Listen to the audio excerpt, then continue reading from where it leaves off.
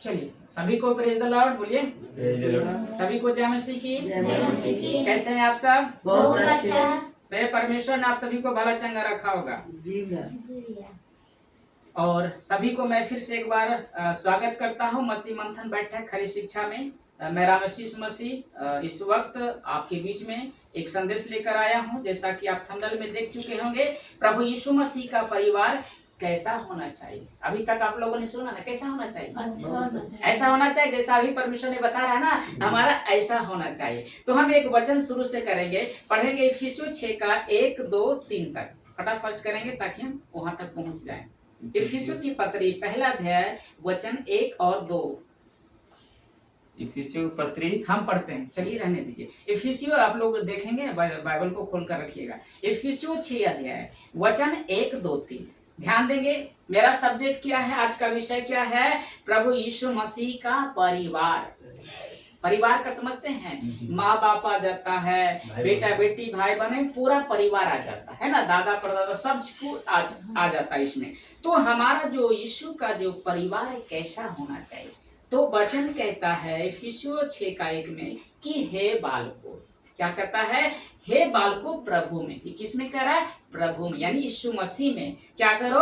अपने माता पिता के आज्ञाकारी बनो। और लिखा है क्योंकि यह उचित है।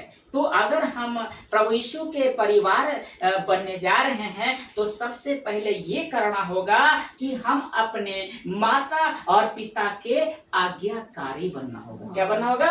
आज्ञाकारी बनना होगा। आज्ञाकारी बनने का मतलब होता है कि अगर हमारा माँ बाप प्रभु यीशु को मानती है, अगर वो कहे कि बेटा जाओ तुझे प्रार्थना करनी है, हेलो ध्यान दीजिएगा, वो कहे कि तुम्हें प्रार्थना करनी है, तो हम माँ से कहेंगे, पिता से कहें कि हाँ माँ मैं जा रही हूँ, चाहे जा रहा हूँ प्रार्थना करने के लिए। ठीक है, बात समझ रहे हैं मेरी बात? तो ये आज्ञा है। अगर वो कोई भी काम कह रहे हैं करने के लिए तो हाँ माँ हाँ पिता हम जा रहे हैं, अगर हम करते हैं तो लिखा है आज्ञाकारी बनो, और ये उचित है। और लिखा है दूसरा में अपनी माता पिता का आदर कर। क्या करना है हमें? अगर कोई भी बातें कह रहे हैं तो हम उसका मान लेना है कि ये मेरी पिता बोल रहे हैं, मेरी बाप माँ बोल रहे हैं, तो कुछ भले के लिए ही बोल रहे होंगे, है ना, तो उसका आदर करना। ये पहली आज्ञा है जिसके साथ प्रतिज्ञा भी की है। परमेश्वर ने वादा किया है कि तुझे क्या करना होगा? अपने माँ बाप के अंदर में रहना होगा। याद होगा प्रभु यीशु मसीह जब माता मरियम और उसका पिता यीशु को क्या करते थे? वो उसकी आज्ञा में रहते थे। जब तक वो 12 साल का नहीं, वो पिता अपनी माँ बाप के रहन सहन में पला बढ़ा। समझ रहे हैं ना? वो पला बढ़ा। तो हमें भी क्या करना है? हम अपने माँ बाप के आज्ञाकारी में रहेंगे, पले बढ़ेंगे, उसका आदर करेंगे। और लिखा है तीसरा में, लिखा कि अगर ऐसा करेंगे तो लिखा कि तेरा भला हो। क्या होगा? तेरा भला होगा। अगर हम अपने माँ बाप का कहना मानते हैं, उसके बताए रास्ते पर चलते। मैं किसकी बात कर रहा हूँ? जो प्रभु को जानती है, जानता है, ये नहीं कि संसार वाला तो आपको गलत बोल देगा, है ना? तो प्रभु में जो है उसके लिए मैं कह रहा हूं, ठीक है ना? और माँ बाप का आदर करना, संसार भी पिता को भी क्या करना है? आदर करना। जो अगर प्रभु को नहीं मान रही है लेकिन आदर हमें करना है, लेकिन जो प्रभु में है ऑलरेडी, तो उसका हर बात को हम क्या करेंगे? मानेंगे। तब हमारा क्या होगा? भला होगा। और हम धरती पर क्या होंगे? बहुत दिन तक जीवित रहेंगे। हालेलुया। हम सब बहुत दिन तक जीवित रहेंगे। इसका मतलब है कि हम उसके आज्ञाकारी बनेंगे, ऐसे माँ बाप का आदर करेंगे, क्योंकि वो प्रभु को जानती है, जानता है, तो उसका हर बात बिना आंख मूंदे कर लेंगे, है ना? अगर आप यहाँ पर माँ बाप है, मसीह को जानते हैं, तो अगर कोई बेटी बेटा है तो आप उसको अगर वो आज्ञाकारी बनेगा तो वो बच्चा क्या होगा? वो बेटा बेटी अधिक दिन तक जीवित रहेगा इस पृथ्वी पर, है ना? तो कितना जरूरी है हमें आदर करना, है कि नहीं है? आगे हम देखेंगे, लिखा है यहाँ पर भजन संहिता 90 का 10, हम पढ़ देंगे, समय नहीं है। लिखा है हमारी आयु, भजन संहिता 90 का 10, हमारी आयु के वर्ष 70 तो होते हैं। भजनकार जो इसका लेखक है राजा दाऊद कहता है कि हमारा जो आयु है 70 से ज्यादा नहीं है। इस पृथ्वी पर 70 से कोई ज्यादा जीवित नहीं रह सकता है। लेकिन कह रहा है कि अगर चाहे बल के कारण, मतलब अच्छा खान पान से, अच्छा रहने से, लिखा है कि 80 वर्ष का भी हो जाए तो भी उनका घमंड केवल नष्ट और शोक ही शोक है, क्योंकि वह जल्दी कट जाती है और हम जाते रहते हैं। इसका मतलब है है कि अगर हम माँ बाप का आज्ञाकारी नहीं बनते हैं तो अगर हम खान पान से भी 70 से 80 कर लेंगे तो कोई फायदा है? कोई फायदा नहीं। सर 80 से क्या हो जाएगा? हमें तो पूरा काल जीवित रहना ना, हमें इस पृथ्वी पर बहुत दिन तक रहना, तभी हम अपने माँ बाप का कदर करेंगे, तब होगा। यशायाह कहता वैसे बेटा बेटी को 45:10, यशायाह 45:10 में लिखा है, हाय उस पर जो ऐसे बेटा बेटी जो माँ बाप का आदर नहीं करते हैं, उसका बातों को नहीं मानते हैं, ऐसे बेटा बेटी को कहता हाय उस पर जो अपने पिता से कहे तू क्या जन्माता है। हमारा अधिकार नहीं है ये शब्द बोलने को कि तू मुझे क्यों जन्माया, आखिर अभी तक क्या किया है, ये हमारा अधिकार नहीं है। अगर हम करते हैं तो मुझको परमेश्वर कहता हाय है तू बेटा, तू कैसा बेटा है, अपनी बाप से ऐसा कहता है, अपनी माँ से कहता है, माँ से कह तू किसकी माता है। और इसका यशायाह 45:12 कहता है, जब अगर आप ऐसा कह रहे हो तो परमेश्वर जवाब दे रहा है, मैंने ही इस पृथ्वी को बनाया है, जिस पृथ्वी को तू देख रहा है ना, जिस पृथ्वी पर तू रह रहा ना, इसको बनाने वाला मैं हूँ, मेरा नाम युड है बावे है, और उसके ऊपर मनुष्यों को सृजे करने वाला, अपने हाथों से आकाश को ताने वाला, उसके सारे गुणों को आज्ञा देने वाला कौन है? उस परमेश्वर जिसका नाम हम प्रभु यीशु मसीह कहते हैं। हालेलुया, वही है सब कुछ बनाने वाला, और वो भी बनाया हमारे माँ बाप को। तो हम ऐसे नहीं कहेंगे तू क्या जन्माता है, ये अधिकार हमारा नहीं है। निर्गमन 21:17 में लिखा है कि जो अपने पिता व माता को श्राप दे, जो अपने माँ बाप को श्राप दे, वो निश्चय ही मारा डाला जाए। अगर हम अपने माँ बाप को श्राप देते हैं तो परमेश्वर कहता कि मैं तुझे मार डालूंगा। इजराइलियों को आज्ञा दिया था कि अपने माँ बाप से ऐसे नहीं बोलना, अगर बोलोगे तो तुमको भी मैं क्या करूंगा, निश्चय मार डालूंगा। निर्गमन 21:15 में लिखा है कि जो अपने पिता व माता को मारे पीटे, क्या लिखा है, मारे पीटे, वह भी क्या हो, निश्चय मारा डाला जाए। तो हमें अपने हाथ से अपने माँ बाप को नहीं मारना है। और इसमें मैंने पहले कहा था कि जोड़ूंगा सास ससुर, हेलो ध्यान दीजिएगा, हमें भी सास ससुर को मारना पीटना नहीं है, क्योंकि ये परमेश्वर की आगे कि वो भी हमारे माँ बाप जो है परमेश्वर के ही बेटा बेटी है। तो क्या हमें ये फर्ज है, ये अधिकार है कि हम अपने माँ बाप को मारे, अपने सास ससुर को पीटे? है, बोलिए, हम सब बोलिए, यूट्यूब वाले आप सब भी बोलिए, क्या अधिकार है? नहीं है। अगर ऐसा करते तो हम निश्चय मारा डाला जाएंगे। नीति वचन 23:22 में लिखा है, नीति वचन 23:22 में लिखा है, अपने जन्माने वालों की सुनना, यानी जो तुझे जन्म दिया है, तुझे संसार में लाया है, इस पृथ्वी में लाया है, उसकी ही तू सुनना। हालेलुया, तो उसके ही सुनना। और जब तेरी माता बूढ़ी हो जाए, जब वो बूढ़ी हो जाए, वो काम ना कर सके, कुछ काम कर ना सके, है ना, तो उसको भी तुच्छ ना जानना। वो जब तक वो बूढ़ इस पृथ्वी है, हम वही दर्जा देंगे जो पहले देते थे। अरे पहले था तो हम कहते थे, उसके आगे मानते थे कि नहीं मानते? अरे हम जब हम बच्चे थे, हमारी माँ बाप उस जवान थी, तो हम जो माँ बाप करते थे कि नहीं करते थे? तो जब वो बूढ़ी हो जाए तो क्या हम नहीं करेंगे? वही सास ससुर बूढ़ी हो जाए तो हम करेंगे कि नहीं करेंगे? तो ये करना है, बूढ़ी हो जाए तो उसे तुच्छ भी ना जानना। तो आप सब समझ रहे हैं क्या? ऐसे माँ बाप को तुच्छ समझना है? हम अपने माता को जब बूढ़ी हो जाए तो उसको हम ऐसे बोलेंगे?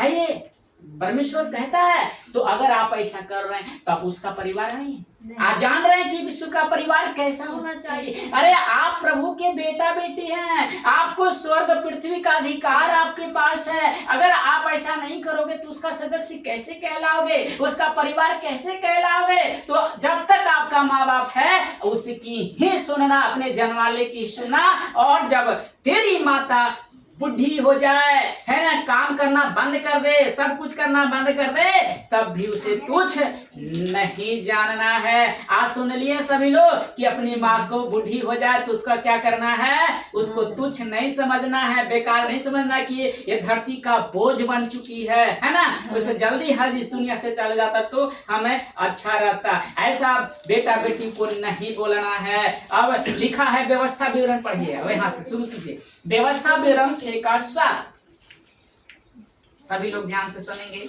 और तू इन्हें अपने बाल बच्चों को समझाकर सिखाया करना और घर में बैठे मार्ग पर चलते लेटते उठते इनकी चर्चा किया करना। बस यहाँ पर ध्यान देंगे, बस यहाँ पर बच्चे लोग शांति बनाओ। अब यहाँ पर आ रही है माँ बाप। अभी तक हम लोगों ने जाना, हेलो यहाँ सब शुद्ध फोकस यहाँ दीजिए। अभी तक हम लोगों ने जाना कि माँ बाप की आज्ञाकारी बच्चे को करना है। अब माँ बाप को क्या करना है? अभी तो बच्चे के प्रति आप लोगों ने देख लिया कि बच्चे को क्या करना है। हेलो ध्यान दीजिएगा सभी लोग। बच्चे जो उसके बेटा बेटी माँ बाप को क्या करना है ये जान गए। अब लिखा है कि माँ बाप अपने बच्चों के प्रति कर्तव्य क्या है।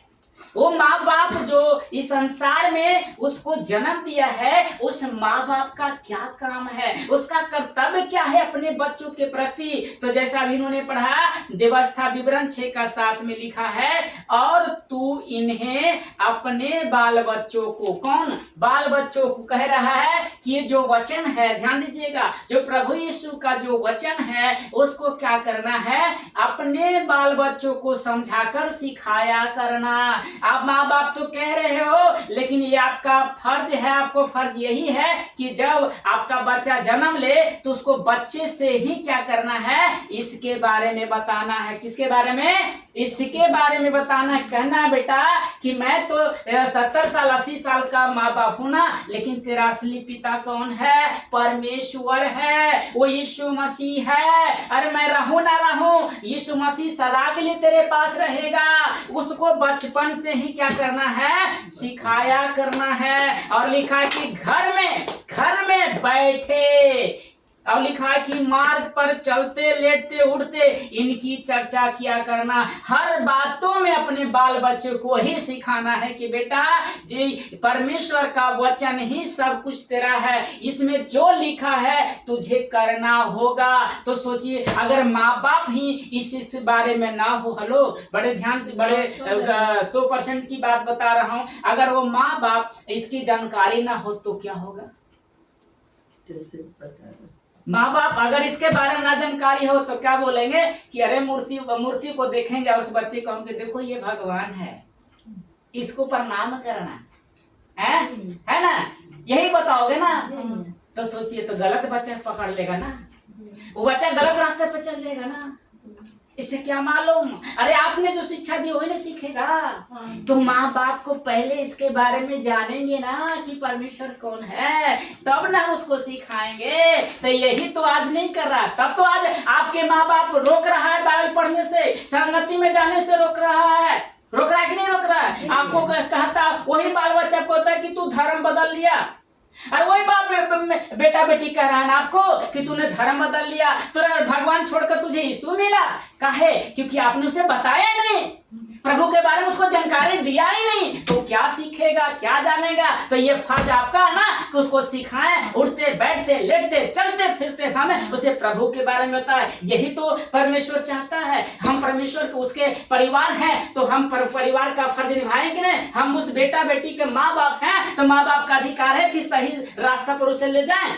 क्या मैं सही बोल रहा हूँ? समझ कर देखिए, बोलिए आप लोग, क्या मैं सही बोल रहा हूँ? कैसा लग रहा है बेटा? बहुत अच्छा। तो आपको क्या करना है, अपने बेटा बेटी को परमेश्वर के बारे में आपको बताना है, उसको सिखाना है। और जब यही बच्चा बड़ा हो जाएगा तो ऑटोमेटिक क्या करेगा, गलत रास्ता में नहीं जाएगा, गलत दोस्तों के साथ नहीं रहेगा, संसार के साथ नहीं रहेगा, क्योंकि उसे पता कि मेरी पिता ने, मेरी माँ ने क्या सिखाया कि प्रार्थना करना है, हमें कलेसिया जाना है, टाइम के अनुसार करना है। वो जाएगा रास्ते में, गलत रास्ते में? तो यही तो माँ बाप को करना है। बस ध्यान दीजिएगा, यही तो सबको करना है।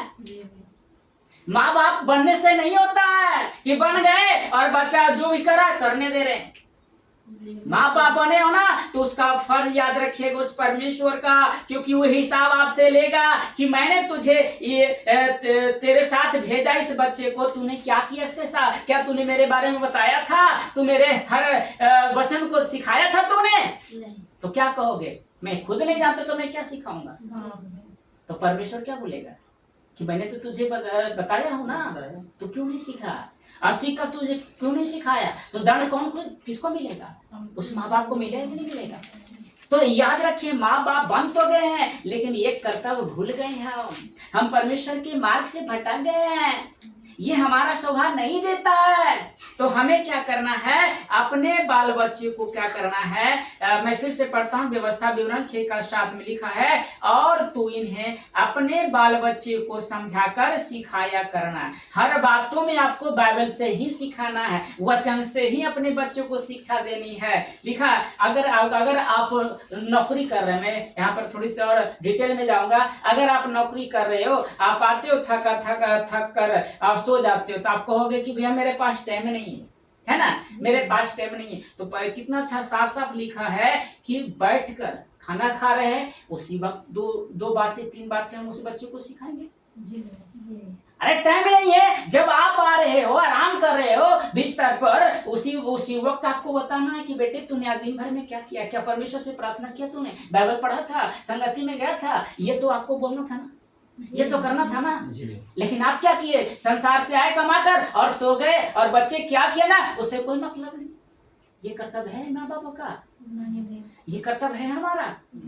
हम माँ बाप हैं, ये जिम्मेदारी परमेश्वर ने मुझे दिया है, सौंपा है। इस जिम्मेदारी को बहुत याद से निभाना, बहुत खूब से, चाहे दुख भी करना पड़े ना, तो हम अपने बच्चे को सिखाएंगे। लेकिन वही परमेश्वर जब पूछेगा तो गर्व से कहेंगे, हियाव के साथ कहेंगे कि मैंने तेरे बेटा बेटी को मैंने अच्छा रास्ता दिखाया था, अच्छा मार्ग जो से तूने चाहता था, मैं वैसा काबिल बना दिया हो। तो परमेश्वर ब्लेस करेगा कि नहीं करेगा, ब्लेस करेगा कि नहीं करेगा। उस पिता को कहेगा, तू धन्य है मेरे बेटे, तू धन्य है कि तूने मेरे बेटा बेटी को क्या किया, मेरे बारे में बताया और सब कुछ उसको सिखाया। इसके लिए प्रभु को धन्यवाद देते हैं। हालेलुया, क्या बात है भाई, क्या बात है। अब अंत में आते हैं, अब अंत में बात क्या है, लिखा है, क्या आपका परिवार यीशु के परिवार की जैसा है।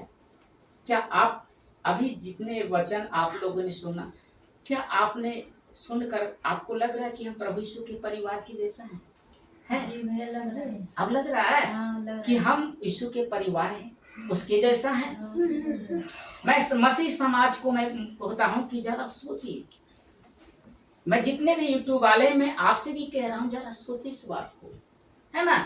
अगर नहीं तो कब तक, अगर अब नहीं करेंगे तो कब तक। अब तो हमें समझना चाहिए था। अरे पहले संसार में थे तो नहीं था, लेकिन अब तो प्रभु में आ गया ना, तो हमें तो अपने बच्चे को सिखाना है ना, अभी से करना है कि नहीं करना है। मैं मसीह समाज के लिए बोल रहा हूँ कि अगर नहीं है तो अभी वक्त है, अपना परिवार यीशु के परिवार की जैसा बनाएं। अभी वक्त है, हम क्या करेंगे, अपने बच्चे को, अपने पूरे परिवार को यीशु की तरह ढाल लेंगे। यीशु जैसा चाहता है हम परिवार को वैसा बना लेंगे, हम वैसा कहने लायक बन जाएंगे, तभी हम उसका परिवार कहलाएंगे। इसलिए लिखा है, आई जैसा बनाए परिवार, यीशु के परिवार के जैसा बनाए। यीशु ने कहा, मेरे लिए मत रहो, अपने परिवार बच्चों के लिए रो। यीशु मसीह ने कहा, तू मेरे लिए क्यों रो रहा है, अपने बेटा बेटी के लिए रो, अपने बच्चों के लिए रो। क्यों कहा, क्योंकि ऐसा समय आएगा। इसलिए हमें प्रभु यीशु को देखकर नहीं, अपने बच्चे के लिए रोना है, अपने बेटा बेटी के लिए रोना है। अगर आप ऐसा कर रहे हैं अपने बच्चे को, बेटी के, तो आप एक दिन वही प्रभु यीशु मसीह आपसे कहेगा कि सच में तू मेरी बेटी है, तू मेरा परिवार का एक हिस्सा है। तो कैसा लगा आज का संदेश, बताएंगे सभी लोग कैसा लगा। हालेलुया, आप सबको आशीष देगा।